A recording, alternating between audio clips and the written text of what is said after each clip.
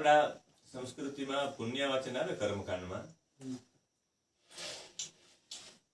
બ્રાહ્મણોએ ત્રીજા આશીર્વાદમાં કર્મ રિદ્ધ્યતા કહ્યું છે.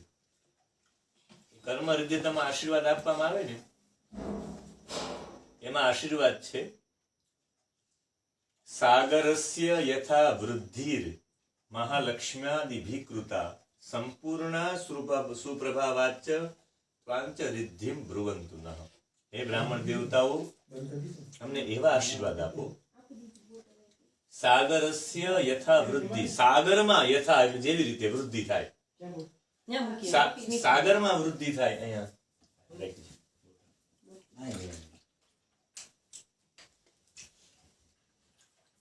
હું જ્યાં સુધી બેસી ત્યાં સુધી આ લઈશ એનું કારણ છે કે ભોજન અમારે ત્યાં કરવાનું થશે, પણ ત્યાં સમય લાગી જાય.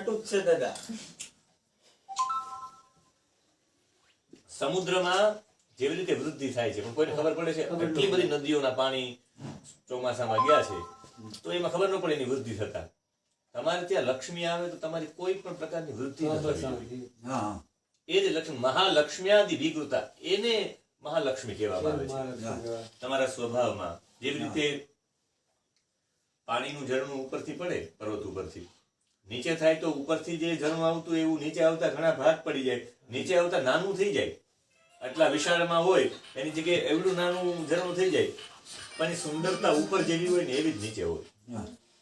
સાચી મહાલક્ષ્મી એ કહેવાય કે જે તમારા જીવનમાં આવે છતાં પણ તમારામાં એક પણ કાર્યમાં વૃદ્ધિ ન થાય, એટલે છલકી ન જાય માણસ, એવી મહાલક્ષ્મી આવે.